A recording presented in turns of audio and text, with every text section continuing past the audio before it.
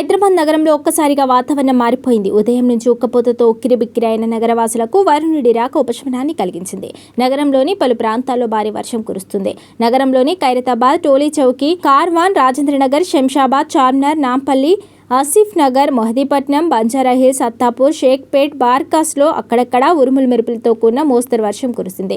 సాయంత్రం ఆఫీసులు వదిలే సమయం కావడంతో వాహనాలన్నీ ఒక్కసారిగా రోడ్డుపైకి వచ్చాయి. ఓవైపు వర్షం, మరోవైపు భారీగా ట్రాఫిక్ జామ్ కావడంతో వాహనదారులు తీవ్ర ఇబ్బందులు ఎదుర్కొంటున్నారు.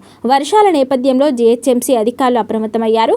రోడ్లపై నీరు నిలవకుండా ముందస్తు జాగ్రత్తలు చేపడుతున్నారు.